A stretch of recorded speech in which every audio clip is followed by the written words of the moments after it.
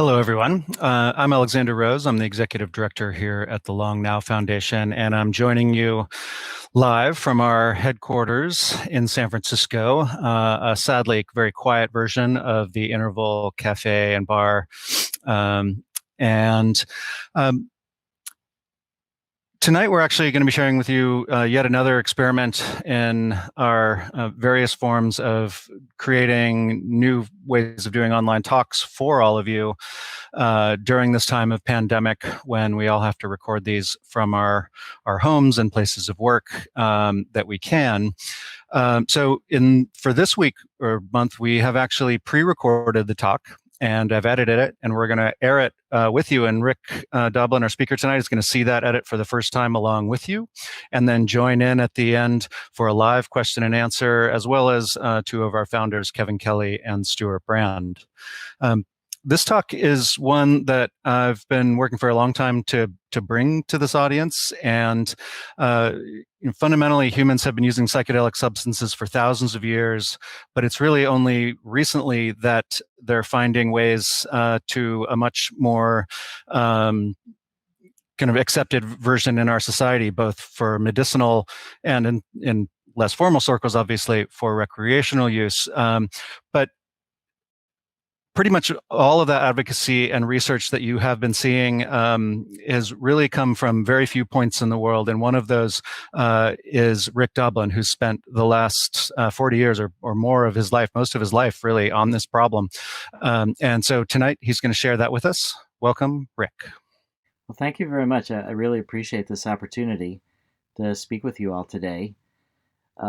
Since it's the Long Now Foundation, I really wanted to start with a very long-term perspective. And so while we're talking about trying to integrate psychedelics into the mainstream, into Western culture, the last time that actually was the case was 396 AD, 1624 years ago. And that was when the Goths sacked Eleusis and wiped out the Eleusinian mysteries, which had been going for almost 2 millennia, starting in 1600 BC, around then, to 396 AD. And the Eleusinian mysteries were involving a potion that was drunk called Kykeon, and they've figured out that this was moldy rye and barley that they used, ergot, that can produce a psychedelic experience, and that's where LSD was actually derived. It's synthetic, but it came from ergot. So I think it's just really important to think about the fact that we're engaged, in a sense, in something that's 3,200 years, and it's been 1,624 years since the psychedelics have really been accepted in full in the mainstream in Western culture. So that can suggest that when psychedelics really emerged into the culture in the 60s, it was after a very long hiatus, and it was a very difficult emergence, and it resulted in a terrible backlash. And now, 50 years later, we're emerging from that. So I think that's the big perspective that we need to keep. Now, while I talked about psychedelics being sort of used in culture, in our Western culture, over 3,000 years ago, my Long Now begins 50 years ago. As I was growing up, I was very much reading. I was born in 1953 and raised on stories of the Holocaust. And that just terrified me, that people could be so cruel to other people. And then for me, the next step was Vietnam. And now it was my own country that was doing things. And I was searching for solutions in a crazy world that's murder all over the place. So when I was 17 years old, I went to college, New College in Florida, in Sarasota, Florida. It was an experimental college, and it still is. It's the Honors College of Florida right now. And they had all-night parties with psychedelics till sunrise, with dance parties with hundreds of people. And I thought, wow, this is really great. So I felt that this was an oasis of sanity in a crazy world. And lo and behold, I came across the Whole Earth Catalog. And this was absolutely pivotal in my development, because I read this Whole Earth Catalog, and in it was a little report about a book called Programming and Metaprogramming in the Human Biocomputer by John Lilly. John Lilly, who invented the flotation tank and then did LSD in the flotation tank as an effort to try to really understand how the brain is working. And this was very inspiring to me. So I tried to do LSD in this sensory deprivation environments. We didn't have a flotation tank, but we did reduce sensory input, things like that. And that got to be very difficult. This was now, again, after 1970, the Controlled Substances Act, the 60s had crashed and burned, Nixon was elected, the psychedelic research was wiped out, and so I had a difficult time with my psychedelic experiences. And so I went to the guidance counselor. This was the spirit of the time, quest into the unknown. That's why I really felt that I wanted to do this exploration. And I went to the guidance counselor and said, I need help with my tripping. And the guidance counselor said, there's a book I'd like you to read by Stan Grof, who's kind of the world expert on LSD research. He helped start transpersonal psychology. The book was Realms of the Human Unconscious, Observations from LSD Research. And in it, Stan said, psychedelics are to the study of the mind what the microscope is to biology and the telescope is to astronomy. And I felt very inspired by this book. And this is where my life sort of crystallized, where I realized that here he was talking about the realms of the human unconscious. He was talking about psychodynamic areas, but also about the sort of death rebirth process and then transpersonal states, which I felt also had these important political connections. But Stan was wrapping this in a scientific framework. It wasn't a dogmatic religious framework. It was scientific framework. It was using psychedelics in a scientific study of the mind. And it had for me, the very crucial reality check of psychotherapy. Can you use these insights about the mind, about the unconscious, to actually help people deepen their participation in life? So I thought it's a crazy world, and this is a long-term strategy. I felt that lots of people were doing lots of other shorter-term strategies, but I felt that this helping people have the sense of connection was the antidote to fundamentalism, to genocide, and that even though the psychedelic research had been suppressed, I felt like it was the most important thing that I could be working on. And I didn't know if it would succeed or not, but it didn't really matter. And so this was the critical point for me where I focused my life on psychedelics.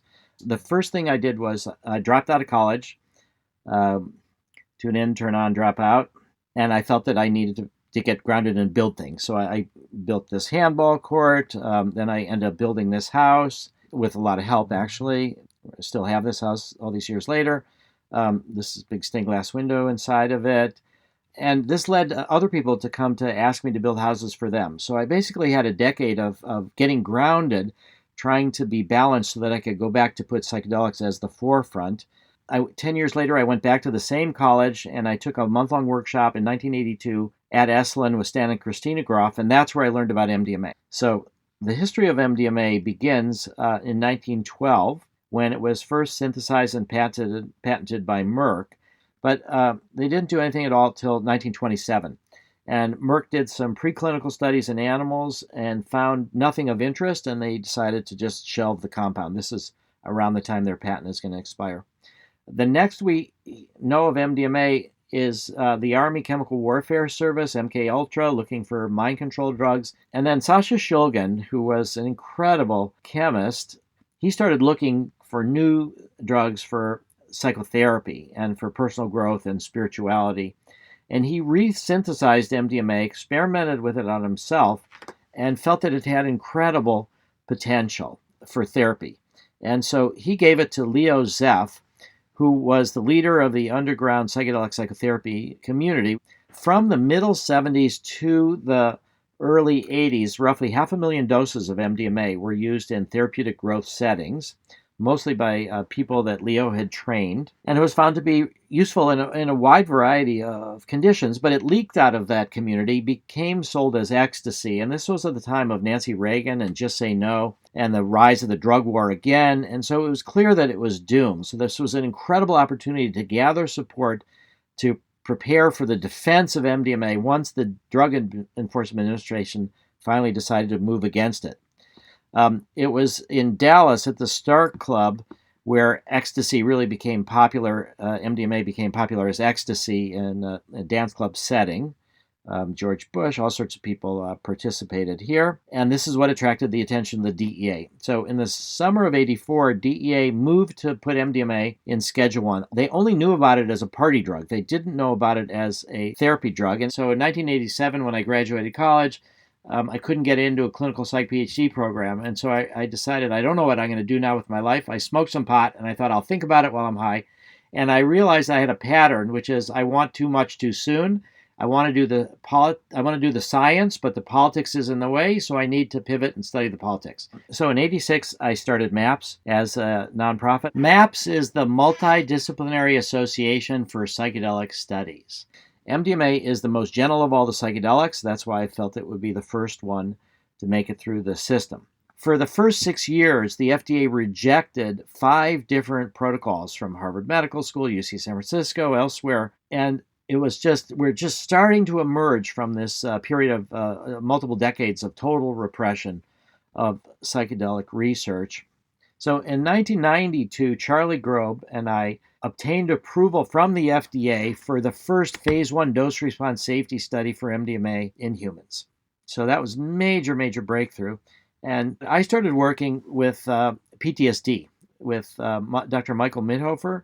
And also, we started first off in Spain to try to do research here. We were having trouble getting permission in the US for an actual patient study. This study in Spain was the first MDMA PTSD research ever. And the tragedy was that it got a lot of media, but that alerted the Madrid Anti-Drug Authority, and they shut the study down for political reasons. So then we went back to our efforts in the US, and we got FDA approval, but we couldn't get institutional review boards to permit us to do a study in the US. And a bunch of these had rejected the protocol. So I said, let me just try one more time. And I noticed that one of these private companies that reviews IRBs was called Copernicus. And I felt if anybody is sympathetic to political religious pressure on science, it would be the Copernicus group. And lo and behold, they ended up approving the study. We ended up doing a series of phase 2 pilot studies in the United States, in Israel, in Canada, and in Switzerland. We did a study in military veterans, firefighters, and police officers that we published in The Lancet. But these studies were all done from basically 16 years, from 2000 to 2016. So we gathered all of this phase 2 data. And at this point, now that we're starting to show benefits, neuroscientists started getting interested. And this was something that I could have very impressed from Stanford, Boris Heifetz and Rob Malenka. The world's populations need more compassion and empathy for one another. The study of MDMA provides one small but potentially important step towards reaching that goal. So this is a call to action for the world neuroscientists to study MDMA, not just for therapeutic purposes, but for compassion and empathy. So it gets back to kind of the political reasons that got me into psychedelics in the first place. And what had also been known is that if you have PTSD, it changes your brain. You have hyperactive amygdala where you process fear. You have reduced activity in the prefrontal cortex, so you're not thinking as logically. And hippocampus, where we store memories into long-term storage, activity is reduced. So this is kind of the brain changes that you get from PTSD. MDMA changes your brain also, but in the opposite way. So it reduces activity in the amygdala. So things that were fearful before are not so fearful. People talk about self-love, self-acceptance, better able to look at difficult things. MDMA increases activity in the prefrontal cortex, which increases your logical thinking, triggers that might remind somebody of a trauma, a noise, that instantaneously they go into a fear-based reaction. Now they can have a moment to think about it, separate it out, think more logically. And MDMA increases activity between the amygdala and the hippocampus to facilitate the storage of these traumatic memories into long term so that they're not always about to happen in people's perceptions. So PTSD changes your brain, MDMA changes it in the opposite way. Researchers also found and published a paper in 2019 in Nature to show that MDMA stimulates oxytocin, the hormone of love, nursing mothers, connection, and that opens up this critical learning period, but also it promotes new neural connections. So you are actually rewiring your brain in pro-social ways, and that can explain why just a few experiences, sometimes just one, can have long-lasting therapeutic benefits. So after 30 years of MAPS, from 1986 to 2016, after we had all of our phase 2 data, we went to the FDA for an end of phase 2 meeting, where you present your data and say, can we go to phase 3, which is the final stage of research you need to prove safety and efficacy. And we presented this data. We said that in the control group, which is therapy without active MDMA, we had chronic severe treatment-resistant people, and 23% of them at the 2 month after the last experimental session no longer had PTSD. So this is really tremendous from psychotherapy basically by itself, and this is comparable with other psychotherapies. So this showed that our control group and our therapy component was actually a good control because we were trying hard and people were getting somewhat better from that treatment. But when you add MDMA to the therapy, you get up to 56%, more than twice as much. And so this was really remarkable finding. But we also did a long-term follow-up 1 year later. And what we showed is that people keep getting better, that 2/3 no longer have PTSD. And of the 1/3 that still do have PTSD, most of them had clinically significant reduction of PTSD symptoms. And if we could have given them 1 or 2 more MDMA sessions, maybe they would also no longer have PTSD. But what this showed is that the experience that people go through is durable and that people learn to process trauma. They keep getting better on their own. So this is fundamentally different than normal treatments for PTSD from big pharma, where you get a drug and it's supposed to correct a biochemical deficit and you take the drug every day for months or years or decades. We're just trying to get to the root of the problem. We're not talking about addressing symptoms, we're addressing root causes, and we're trying to do it in a deep, intensive psychotherapeutic process to make people free of drugs. We're not trying to make them keep using MDMA. So just to give you a sense of the therapy, this is a roughly 2-minute video of one of the veterans that was in our study. He 2 tours in Iraq, and his problem was rage. That when he came back, he was first off, he couldn't work. He was traumatized. He had a very difficult time. But he also would blow up at his wife and throw things. Never hit her or hurt her directly, but rage was what he was dealing with. And so here is 2 minutes of his therapy session. I never realized how much I thought I was being the peaceful person, but I didn't realize how much I was punishing that aspect of me.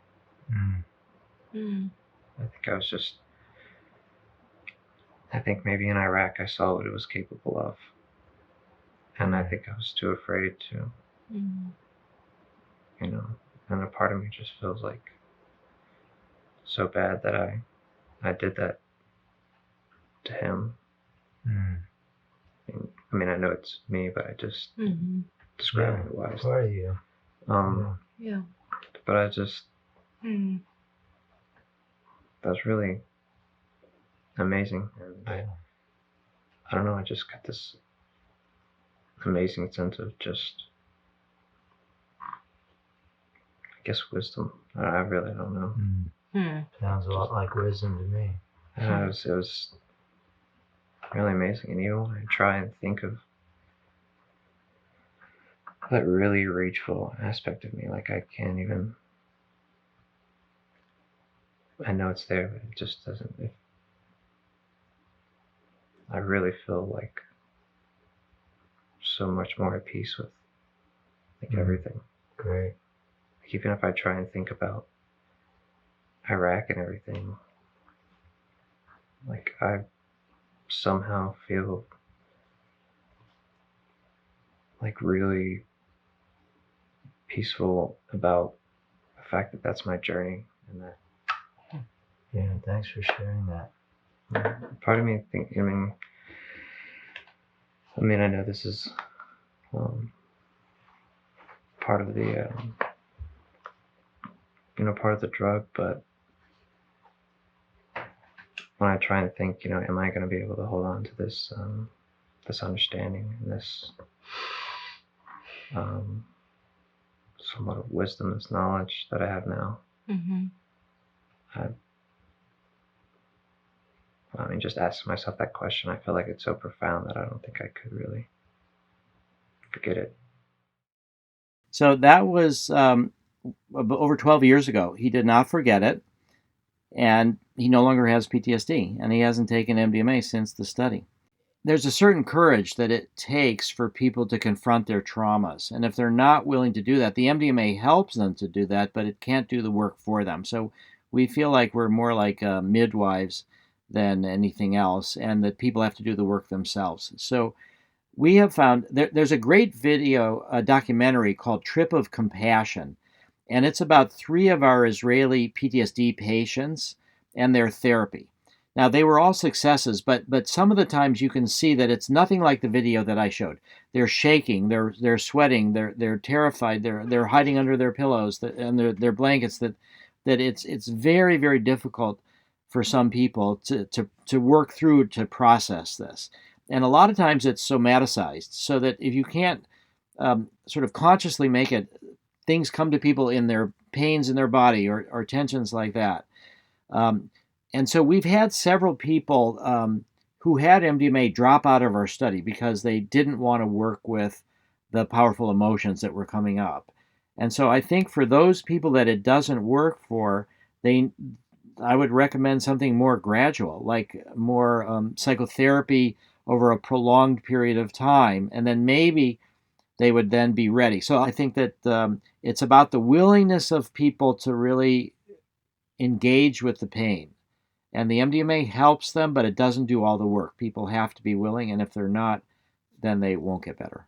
So the lessons that we learned in phase 2, though, is that we can enroll people in our studies regardless of the cause of PTSD.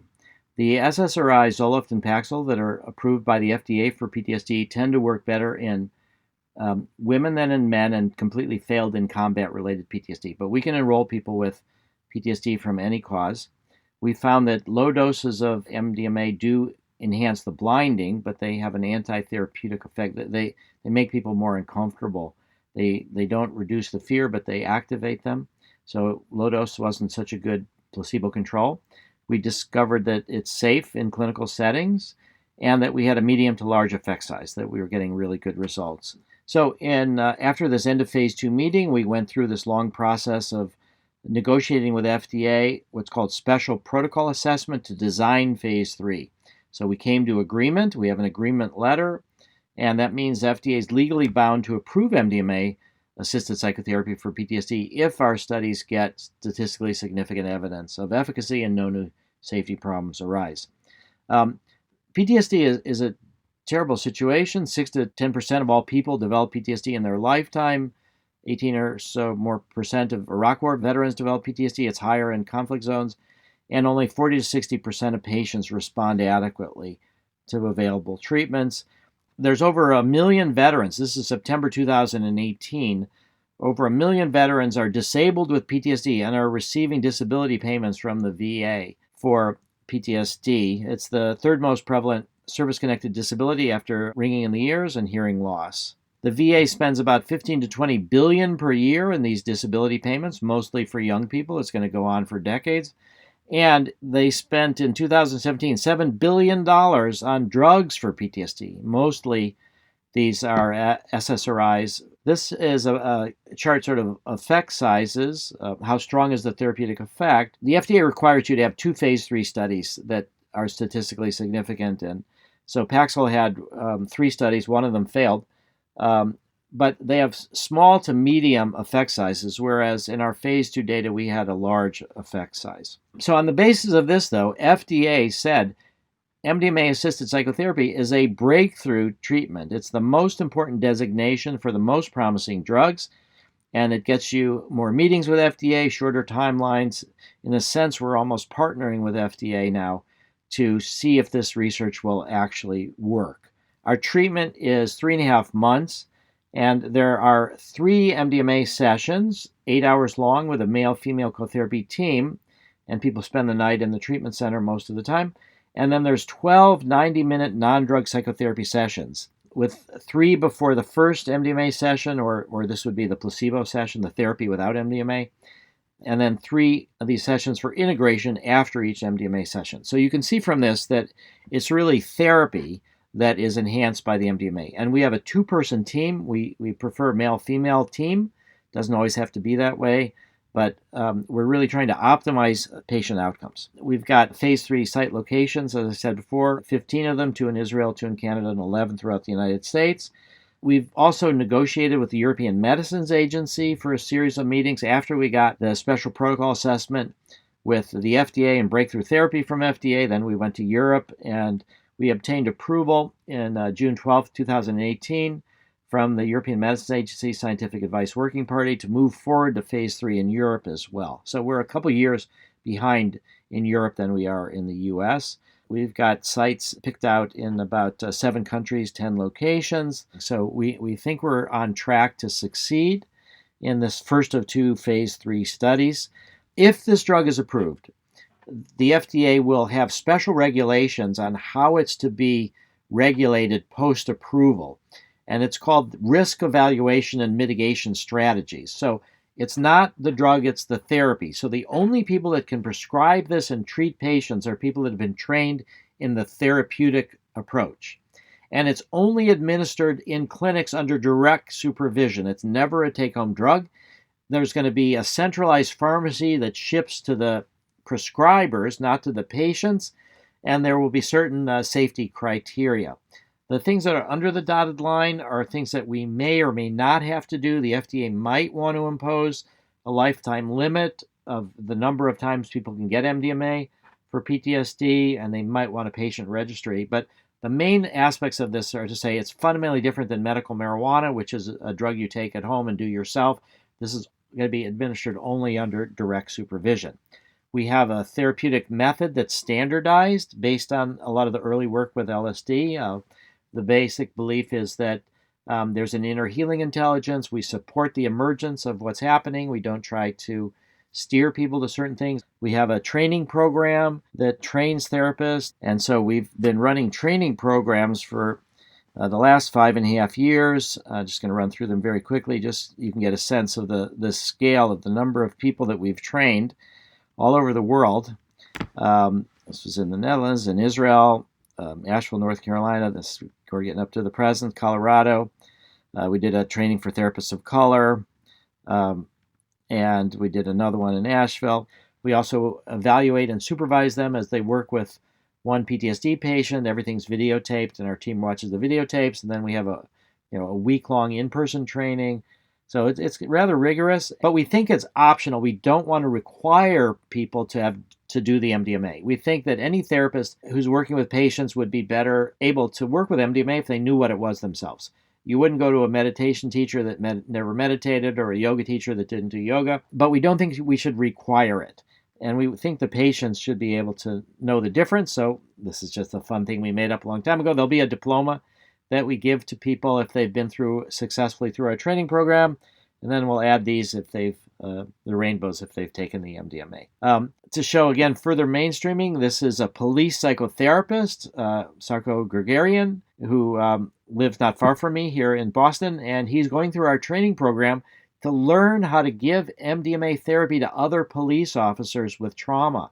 So I've always felt that the police are the predator and I'm the prey. Now I have a lot more sympathy for the police. I understand their job is very, very difficult and that they need a lot of help and therapy. And so it's just one of the proudest things for me is working with Sarko to try to train him to help other police officers. And we think he's only the first of many. Right now, what's going on is that MAPS is a nonprofit pharmaceutical company set up as a nonprofit research and educational organization. And that was started in 1986 by myself. And in December 2014, we created the MAPS Public Benefit Corporation. And that's the vehicle that we're using to do the pharmaceutical drug development, and that's the vehicle that we'll use to market MDMA by prescription, assuming that we do get FDA approval. And so this sort of virtuous circle is people donate to MAPS, get a tax deduction. MAPS invests in the Public Benefit Corp. The Public Benefit Corp is a for-profit. It will conduct the research and then eventually market MDMA, and whatever profits are made go back to the nonprofit for the mission of the nonprofit, and we'll reinvest them in other research. Just to give you a sense, we're now about 80 people. The MAPS team has a bunch of functions, which are mainly running the whole operation, fundraising, communications, media, education, events, operations.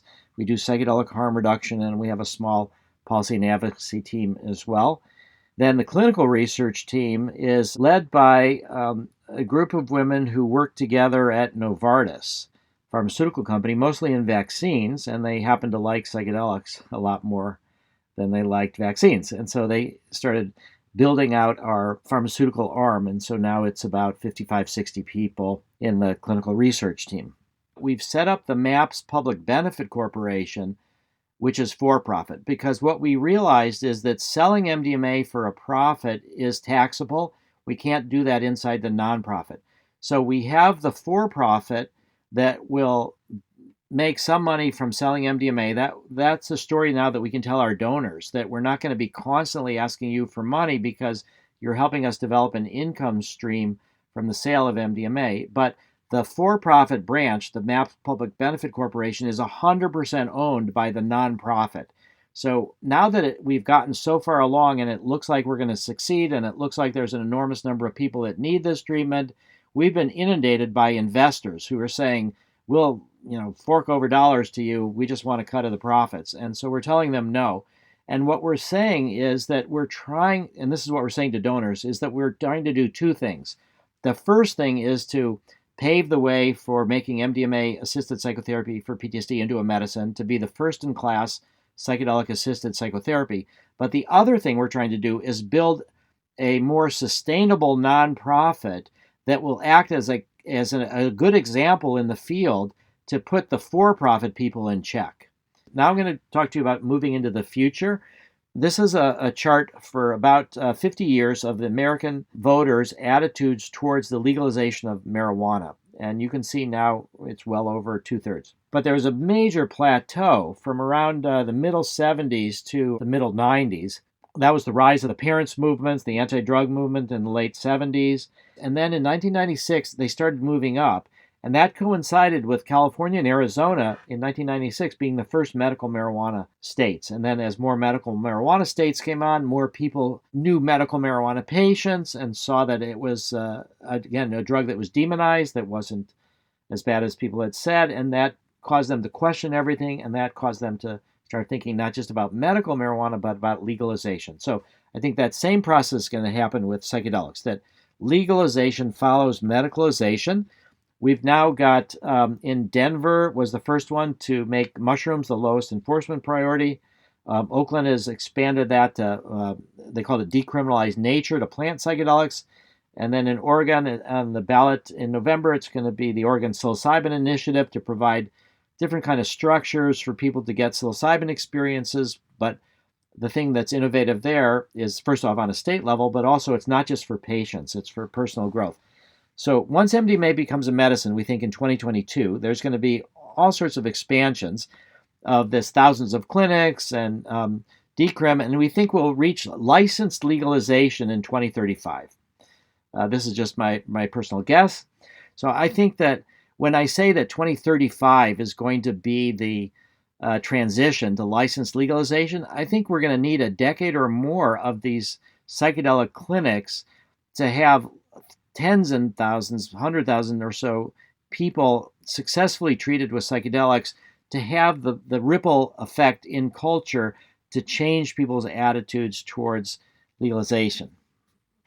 And so I think we need to move out of this kind of psychedelic counterculture. We need to reach out to the people that are suffering wherever they're suffering and try to help spiritualize them, try to help them sort of get back on their life. And I think that that's one of the more important things we can do. So there may be ads like this. Ask your doctor if we're probably not going to create ads like this, but there could be. There'll be, this is in San Francisco, California Institute for Analytical Studies. This is not a real ad, but they do teach people to prepare for careers in psychedelic psychotherapy. The reason that I use them is people have a hard time imagining psychedelics being medicines.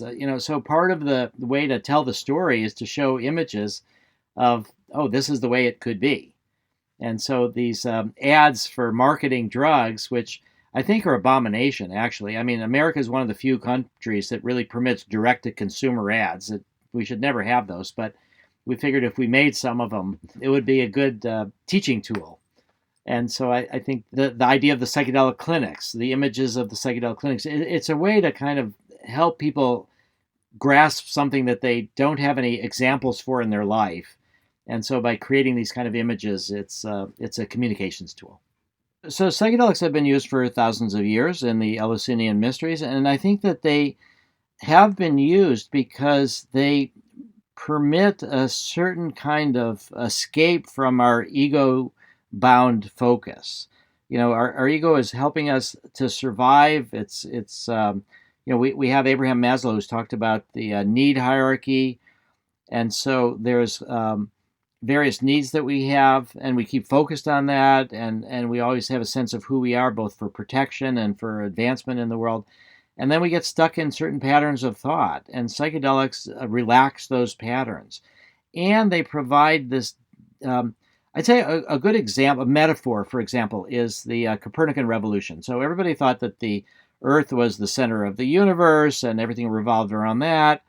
And then we found that no, the Earth is just revolving around the sun. And so I think it's like that with the ego. We think the world is revolving around us, and the psychedelics help us have this experience. No, we're just a small bit in a larger system. And what Stan Grof has talked about, I thought it was a beautiful way he said it, is that psychedelics help the ego become transparent to the transcendent.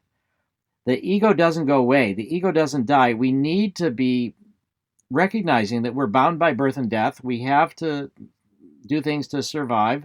We need that ego, but it gets enlarged, you could say, and we lose track of the bigger picture. And that's where people get depression and meaninglessness. And so psychedelics have been something that gives people a sense of our participation in the larger cycles of death and birth. And they have also been used, I would say, in therapeutic ways to break people out of patterns. But I think that the reason psychedelic is the word that I've chosen, and I think a lot of people have centered on, is it means mind manifesting. So I started with my own interest roughly 50 years ago. So projecting 50 years from now, we'll have a psychedelic utopia. And Aldous Huxley wrote this book, Island. It was the last book that he wrote in his life. And it was about this vision of an Eastern state governed by reason and love. But the end of the book is that this island is destroyed by the oil industry. They come in and they mine the island. And the lesson from that is that there are no private utopias.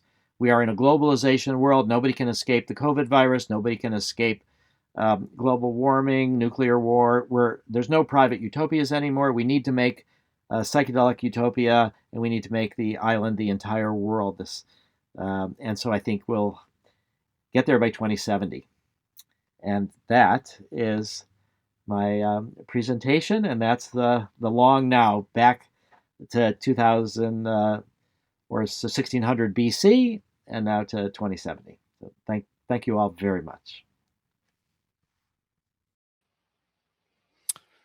Thank you so much, Rick. That was really fantastic, and I hope you enjoyed watching this first edit of your talk.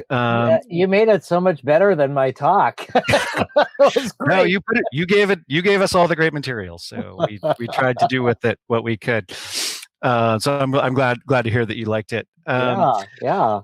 We've got a lot of questions coming in from the audience, which I'm going to start with here, as well as invite Stuart Brand and Kevin Kelly potentially in for a couple of questions. But one of the first ones from James Welcher, listening on our or watching on our YouTube feed, is that you define MDMA as a psychedelic, and it may not really occur to people that it's a psychedelic, and that may not be so broadly defined as such, and that maybe we talk a little bit more about the larger psychedelic space and why you have focused on MDMA.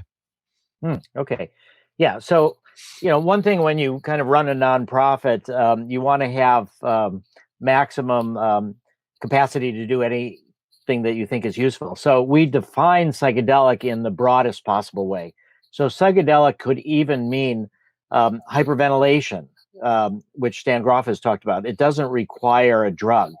Marijuana can be a psychedelic, which is a drug, though. Meditation can be psychedelic to some extent. So let me just say that the classic psychedelics, like LSD, like mescaline, like ayahuasca, like psilocybin from mushrooms, they do act fundamentally differently than MDMA, in the sense that they are more about dissolving the ego and having this emergence of this different sort of consciousness, the kind of foreground background shift that I talked about, where the ego shifts from the foreground to the background. There's a certain letting go in a way. Often people get scared. Sometimes they confuse this ego dissolution with physical death. And sometimes this timelessness that happens under psychedelics, people start thinking they'll be trapped in these spaces forever. Or the flip side is it's a beautiful thing. They're in this timeless, beautiful space. So MDMA, to use more celestial metaphors, again, what I feel like is that MDMA is more about seeing like this transparent to the transcendent, that you can see this bigger picture. But the classic psychedelics are about really moving you into that bigger picture. And so I think that we've found that, for example, with PTSD, the very first work that was ever done with psychedelic for PTSD was done by LSD, by Dr. Bastiaans, who was a Dutch psychiatrist. And he did work shortly after World War II in what he called concentration camp syndrome.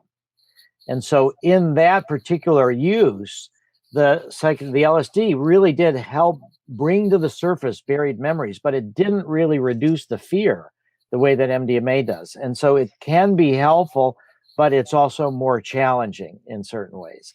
The other part of it is an important distinction is that in an 8-hour session, which we have, our therapy sessions are 8 hours, with MDMA, more or less half the time people's eyes are closed, they have headphones on, they're listening to music, they're having an interior experience. And then the other half of the time, without any kind of script or order, when they feel it, they come out and they start talking with the therapist. However, with the classic psychedelics, it's more like 90% of the time they're having an internal experience, and only 10% of the time they're really engaged in dialogue with the therapist.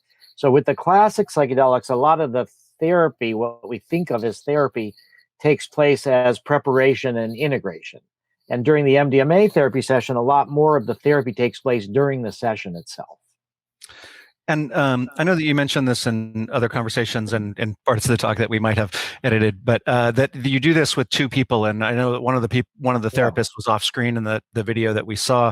Can you say a little bit more about why two people and what the backgrounds of those two people? I think we've had several questions here from people around this. Is like, so what type of therapists can be involved in this? Okay, so the first principle to say is that our whole approach has been optimize patient outcomes. It's a controversial drug. We're trying to bring something new that's never been done before. And so that was it. What do we do to get the best possible outcomes? And so that led to the 2-therapist model instead of the 1-therapist model.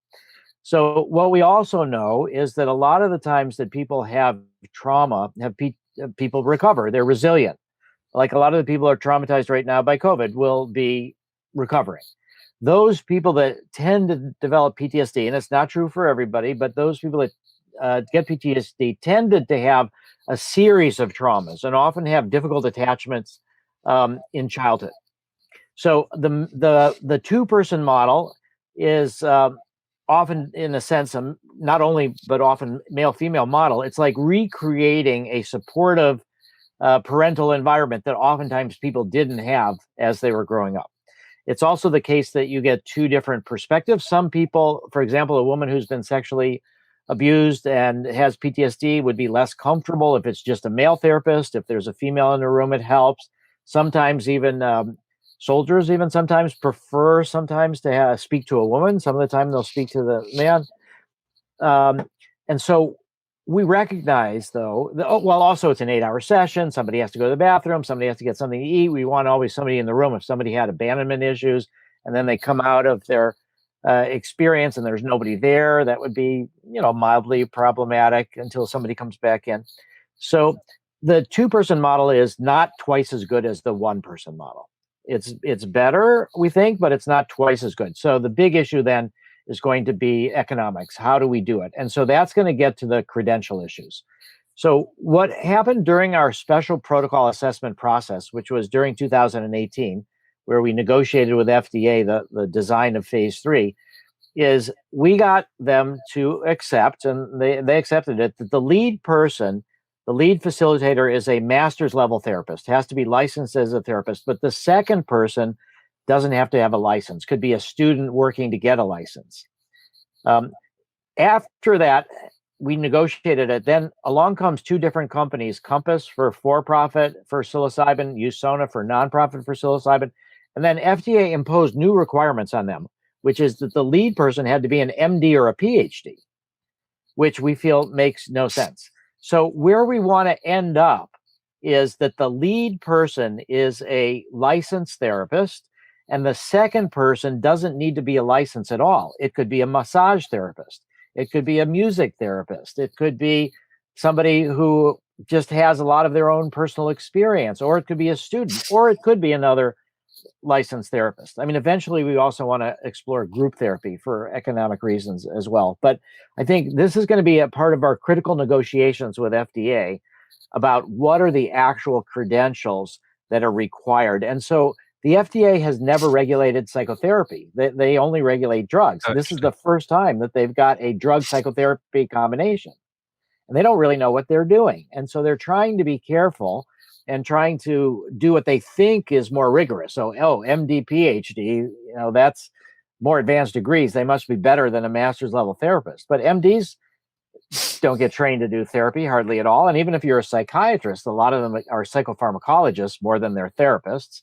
PhDs are often, even in clinical psych, are researchers as well as therapists. So it doesn't. So we've had to actually start what's called a formal dispute resolution process with FDA. It's going to probably cost us well over $100,000 in legal fees and work to argue this out. And we've got 22 letters from various experts in the field why MD PhD doesn't make sense, why the lead person should be just a licensed therapist. So I think it's really important. I would like to keep the two-person model, but it's going to depend on these negotiations with FDA. Let's assume we lose it.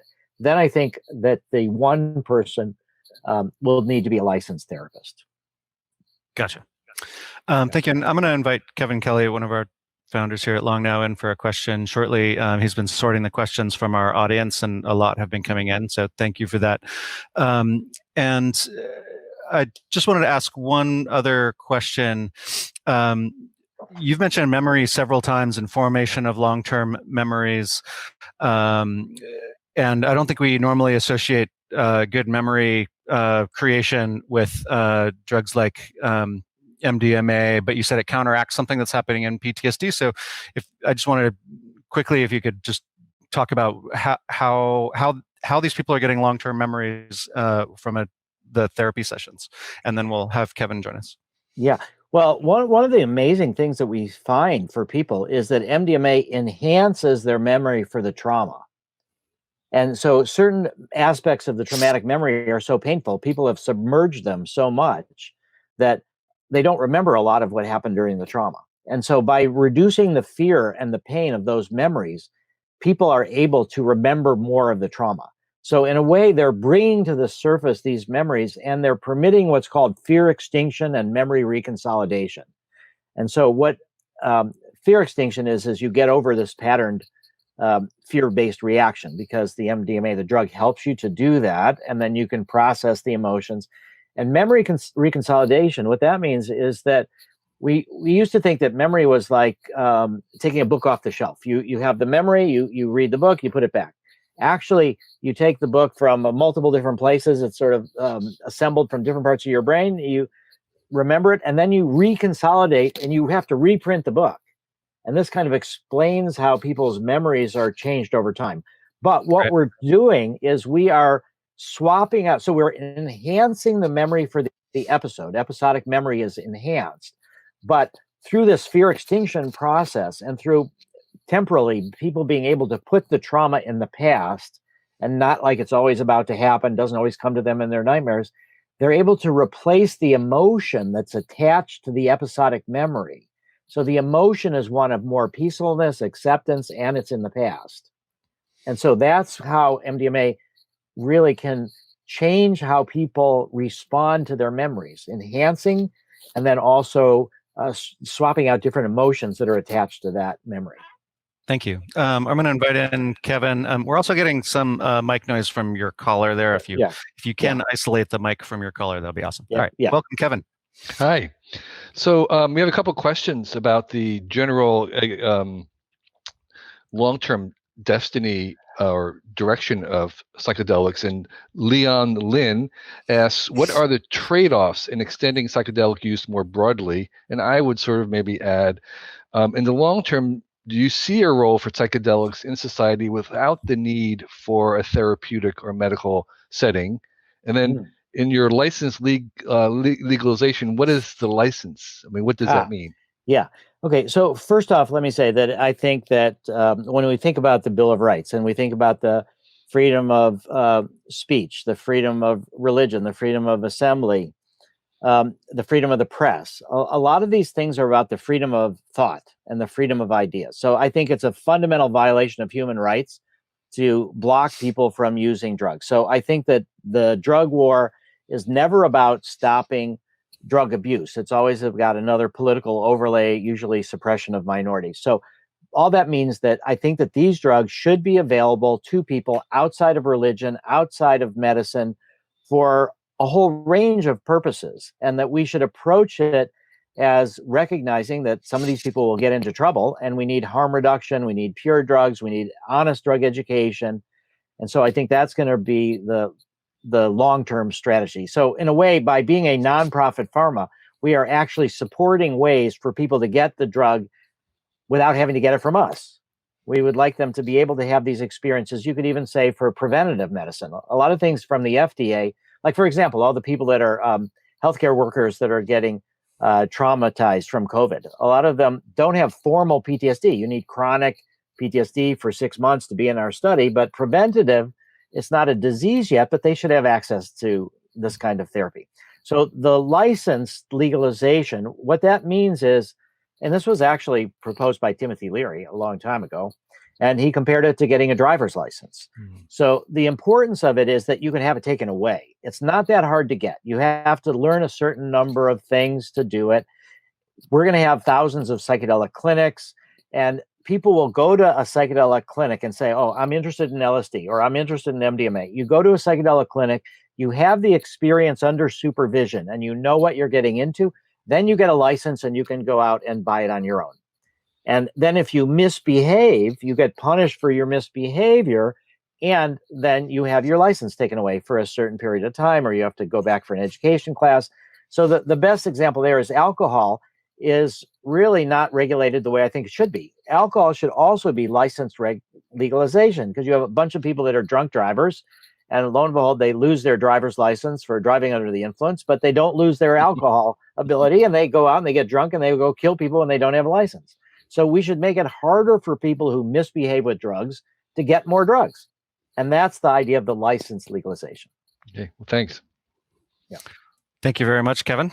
Yep. And Stuart Brand, our founder and founder of this series, also has a couple questions, I believe. Welcome, Stuart. Hey, Rick. Nice to I first heard about MDMA being used in therapeutic mode by Dr. Richard Rockefeller, an old friend. And I gathered he not only was being an evangelist for it, he started putting money into it. Yeah. Was he one of your funders? And how did he seemed to also get involved in the political permission that seemed to be required. How is all that playing out? Well, Richard was actually, just to say, he was the chairman of the board of advisors of Doctors Without Borders, and he became aware of hundreds of thousands, millions of refugees in Kosovo and Serbia. And he thought, these are all traumatized people. What can we do? We don't have enough therapists and psychiatrists. He took an interest in MDMA, and we got in touch. And for 5 years before he died in a plane crash, he was my main thought partner. Wow. And he came to me and he said, what is your biggest problem?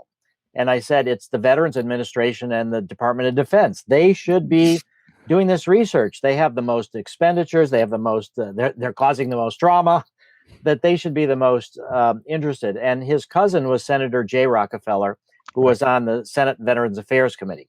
Right. So they helped us a lot. Richard really made so right now, actually, we are waiting to hear from FDA any day now about a protocol that we've submitted inside the Bronx VA to do research with MDMA. We're going to have to pay for it, but I've been trying for 30 years, since 1990, to get permission to do research inside the VA, to educate the VA.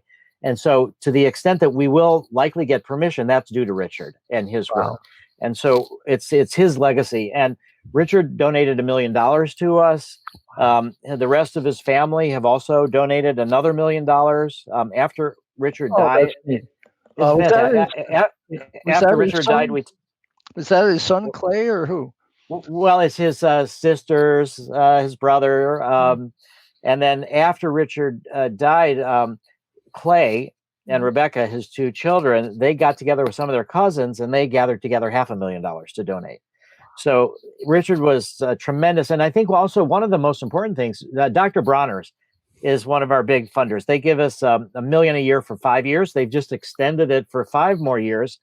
And when Richard came out to give a speech at the Commonwealth Club with Larry Brilliant about MDMA, which was just a tremendous talk, David Bronner basically said, my family, thinks I'm a little bit out there, but, they generally like what I'm doing. But if you and Richard would come down and speak to my mother and speak to my brother, maybe we could increase the amount of donations that we make. And this is just a sweet story about Richard. So he was president of the Rockefeller Brothers Foundation, and he was turning it over to the next generation. And they were having a big ceremony to honor him. And he postponed it in order to come down to be with me to speak to David Bronner and his family. So Richard was just absolutely instrumental in doing this. We had meetings in the Pentagon that he arranged. He knew the Secretary of the Navy. He really did all that. And I think it was a challenge that was big enough for him. I think that's why when he said, "What's your hardest problem?" he knew that he had a lot of capability to do a lot of things. So he wanted to pick the hardest one. And as it turned out, it was very hard. And we're still. I just love hearing that. That's just great to hear. Thank you. Yeah.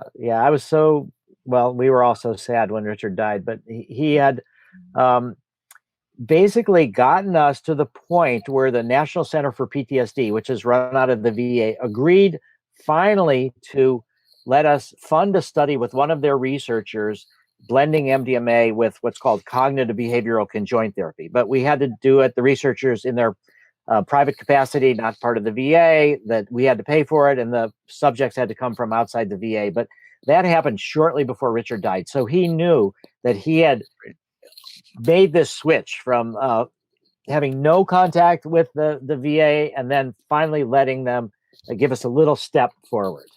Wow. That's a great story. Richard was one of the first funders here at Long Now, too, and we had him on stage with Larry Brilliant and now one of our co-chairs of our board, Catherine Fulton, for the future of philanthropy, which was just really great. So I think this is and I guess now that Richard is long gone, I think it's safe to say that he also was learning how to do therapy, and he was sitting for people. And he was really taking this whole field to heart. And he was, he's a doctor. He's a compassionate man. And he was learning to be a therapist with psychedelics. Very cool. Thank you. Thank you very much, Stuart. I'm going to ask a few more questions we have a lot of questions here coming in from the audience, as you might imagine. It's a rich subject. We have, let's see. I think Stephen Hubbard on the YouTube feed is asking more about the potential business models. I think you covered this a little bit. I mean, you're kind of involved in one of these early business models with MDMA or other psychedelics as therapy. Yeah. So, all right. So the MAPS Public Benefit Corp is about maximizing public benefit. So the first thing we've assumed is that the training program could be a business model as well, training therapists.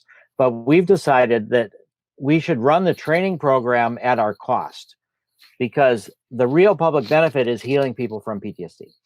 And the more therapists that are out there, the more healing there will be done. So we're not looking at the training program as a business model, but there will be, thousands of people that will be training, and that we could have made that into a business model. The next part is the actual sale of the MDMA. And so MDMA is off patent, as I said, invented by Merck in 1912. And I saw a lot of struggles over intellectual property for a drug called Ibogaine. And it had a use patent for the treatment of opiate addiction. So I just thought that was so destructive to the whole movement for Ibogaine that I contacted their patent attorney and I asked him to develop an anti-patent strategy so nobody could patent any of the uses of MDMA. Oh, nice. So there's no business model that way, unless somebody comes up with some new use that we've never heard of or that's never been written about.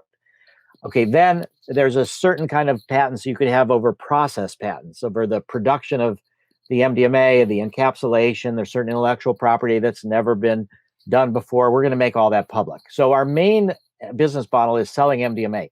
And the way that works is that in 1984, Ronald Reagan signed a law to provide incentives for developing drugs that are off patent. And those incentives are called data exclusivity.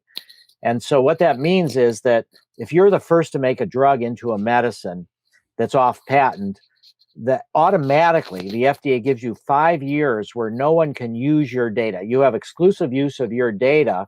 No one can use it to market a generic. And FDA is now also realizing that a lot of drugs that are approved in adults are marketed to kids without any information. So they are requiring us now, if we succeed in adults, to do studies in adolescents with PTSD.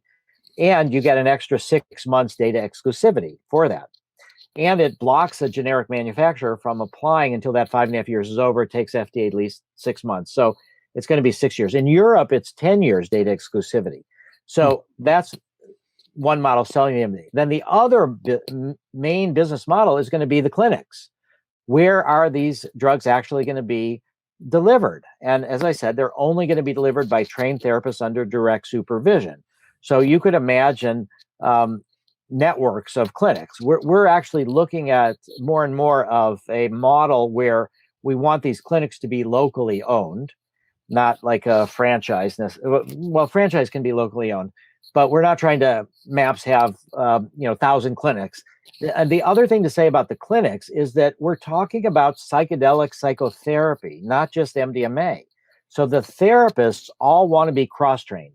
They want to know ketamine. They want to know MDMA. They want to know psilocybin. They're eventually going to want to know, DMT, ayahuasca, ibogaine, whatever comes down through the FDA. So they're not going to be like a MAPS clinic. We will have everybody that we train will be on a list, and they'll be able to access the drug and treat patients. But they can innovate, and they do whatever they want, and that's fine. That's the practice of medicine. However, for those people that want to continue to use our treatment manual, we will say they're MAPS certified. And so you will know if you go to a clinic, these are people that are innovating. It could even be better than our model. But, if you go to a MAPS certified clinic, but it could also be a Compass certified clinic or a USONA certified clinic, or so that people will be cross-trained. So I think the business models that we're still just starting to understand and explore are these network of clinics.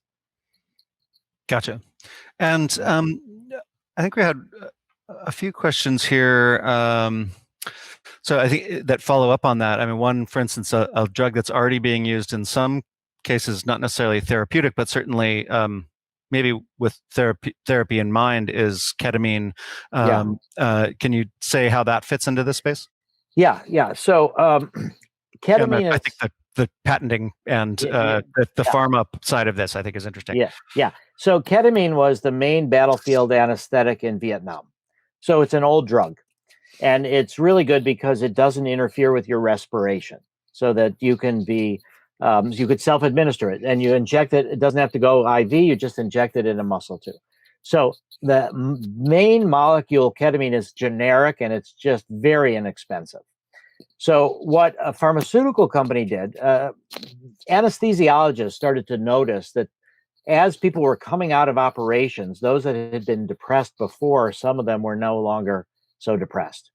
And that led to, so it was a serendipitous finding. A bunch of myself, loads of people that I know in the psychedelic community have explored ketamine as a psychedelic, but a lot of us completely missed the idea that it was an antidepressant because we weren't depressed. So we didn't have the before and after.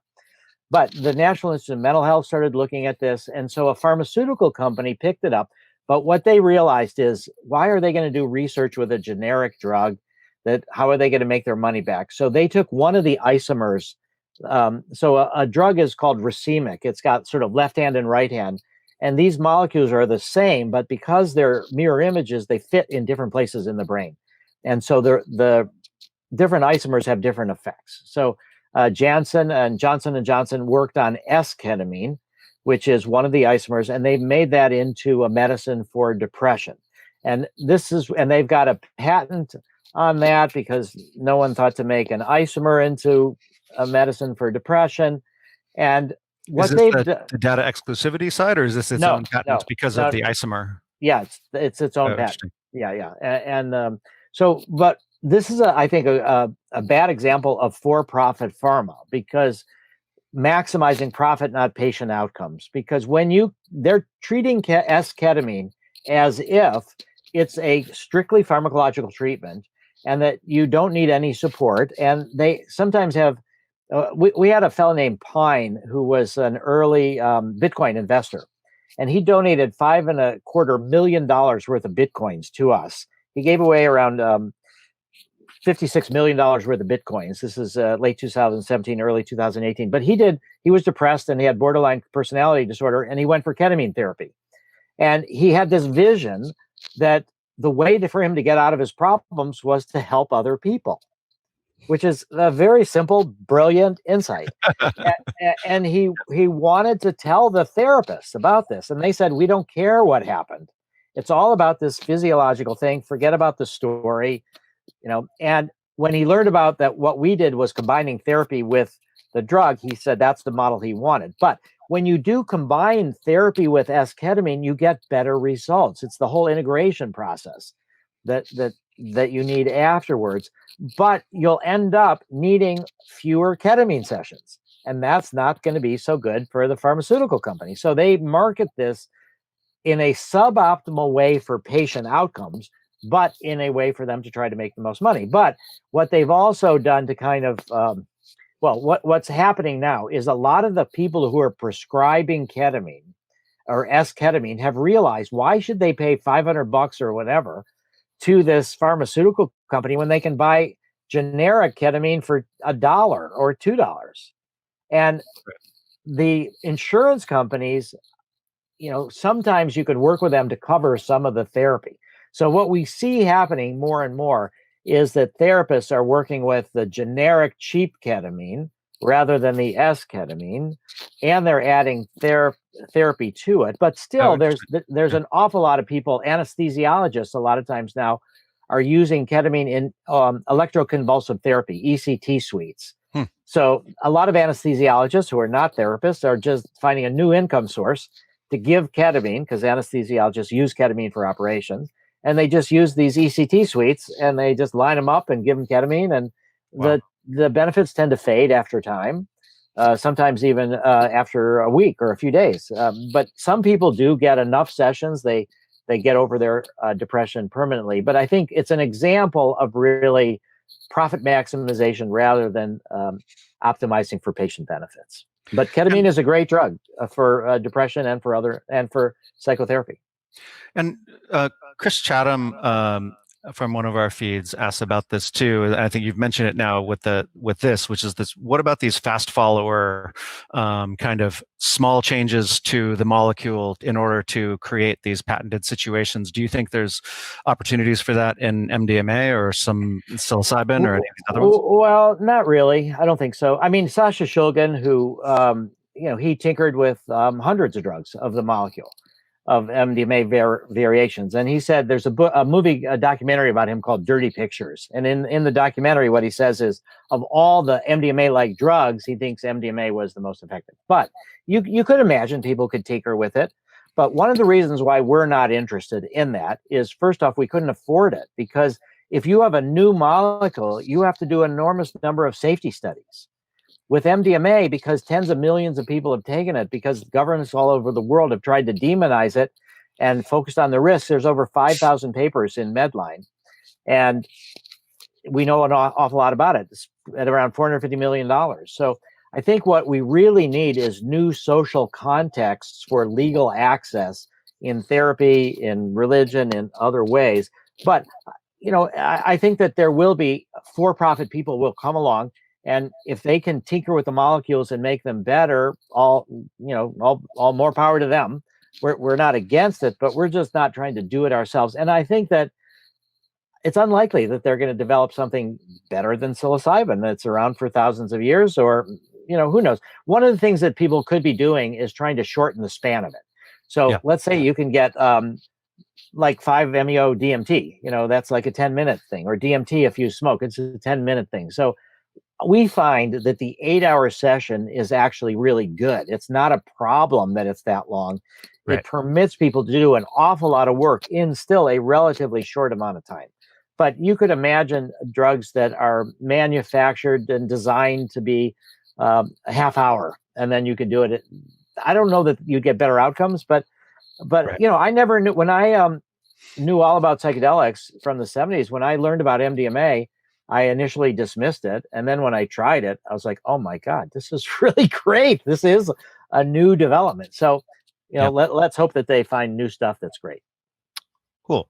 Shell Kappan from our feed is asking about the kind of the politicization of some of the federal agencies that you're working with and how they've hollowed out recently, or where does the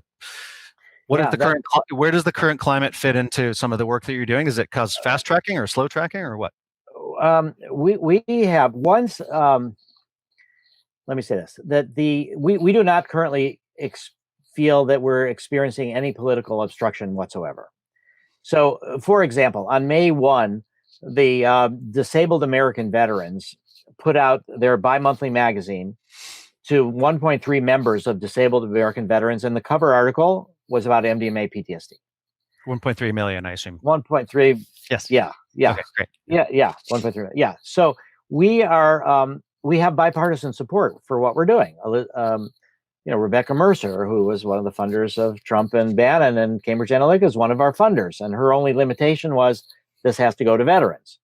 So we feel that we have bipartisan support. We have veterans with the conservative forces more are supportive of first responders. We've treated firefighters. We've treated police officers, multiple police officers, actually. Right. So the way that these other agencies have been hollowed out has been, I would say, the tragic systematic destruction of the State Department, the Department of Justice, attempts to overly politicize them. But the FDA is still more science over politics. And when it comes to the upper levels, if there are politics, I think the politics are on our side. So because of COVID-19, the FDA is contacting all of the people that are in the midst of clinical trials and offering them the opportunity to end the study early. So the more subjects you have in the study, the more likely you are to get statistical significance. So it's a bit of a risk to end the study sooner with fewer numbers of subjects. But what we proposed back to the FDA is that we would end the study with 90 subjects who would have their baseline and at least one of their measures after at least one experimental session. So our model is 3 experimental sessions, 1 month apart, and these 12 90-minute non-drug sessions. So we'll have some missing data because some people had started and then COVID, they were quarantined. They didn't want to go for more treatment. But we think that the FDA will agree to this, and we should have the data by the end of June, and then we'll have the data lock and statistical analysis before the end of August. And then we'll know if this subject, this first of 2 phase 3 studies succeeded. And so we're in a good situation negotiating with the FDA. We are in this formal dispute about the credentials. So we do have some disagreements with them. I think the credentials of the people doing the therapy. Yeah. Gotcha. Well, first of all, I just want to thank you so much. I was so excited to have had you tonight, and I'm really glad that we got to share this with our community. We did send out a link to our members. We're trying yet another experiment in our after-event discussions, and so please do check your email for that. And I know at least some of our staff and others are going to join. I know, Rick, you may have another obligation, but we'll see if we can get you for a little bit.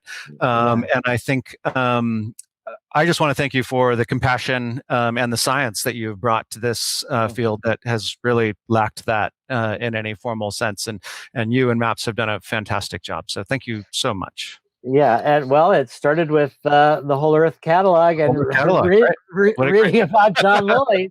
So I've been waiting for this for a long time. This is so nice to kind of participate with you in this way. Oh, I'm so glad it worked out. Thank you so much. Yeah. Please hang out with Okay. us, and we'll see you in the studio Okay. shortly.